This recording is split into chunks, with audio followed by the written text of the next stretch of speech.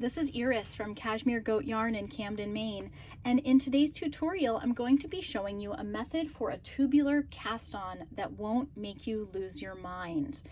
If you've tried before and failed or been frustrated, stick around because this method may work for you.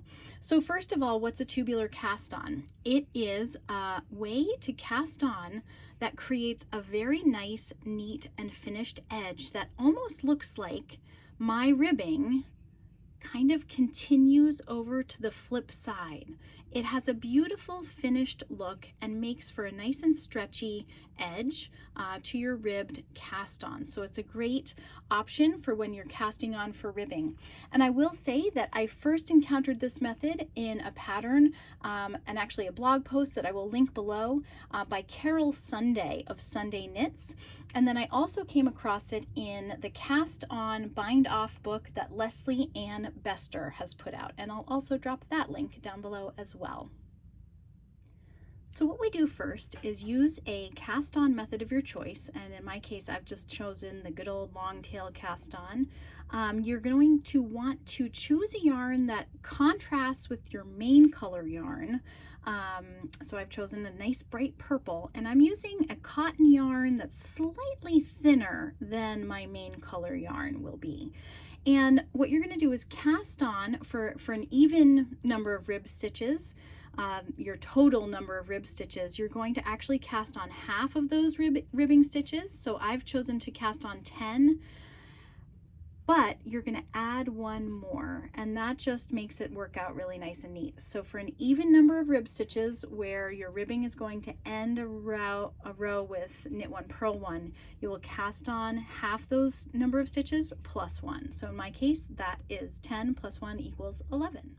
Next up, I have joined my regular main color yarn, and I'm going to do stockinette stitch for 4 rows, which means I'm going to purl this first row, knit the next one, purl the one after that, and end with a knit row.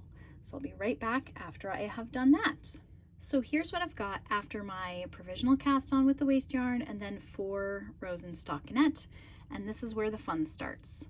I am going to start with a purl, and then with my right hand needle tip, I am dipping down to scoop up that little first purl bump in my main color yarn, place it on my left hand needle, and oops, got to move my yarn to the back because I'm going to knit this stitch. Move my yarn forward so I'm ready for a purl stitch. Yarn back, this time I'll remember. With the needle tip, I'm dipping down to scoop up this little loop,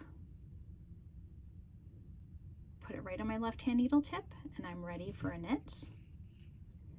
Yarn forward to purl. I'm just going to continue this way all the way across the row, scooping up the knits and just purling the purls. That's what it looks like to start. At the end of that row, this is what it's going to look like.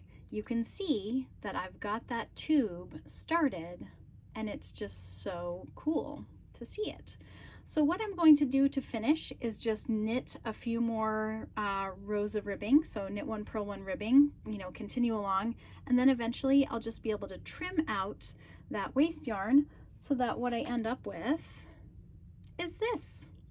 Super fun, super easy, and I didn't lose my mind doing it. So if you liked this video, if this video was helpful to you, please give it a like, maybe leave us a comment. Don't forget to subscribe to the Cashmere Goats YouTube channel and follow us on Instagram and Facebook for all the updates. Thanks so much for watching, and happy making!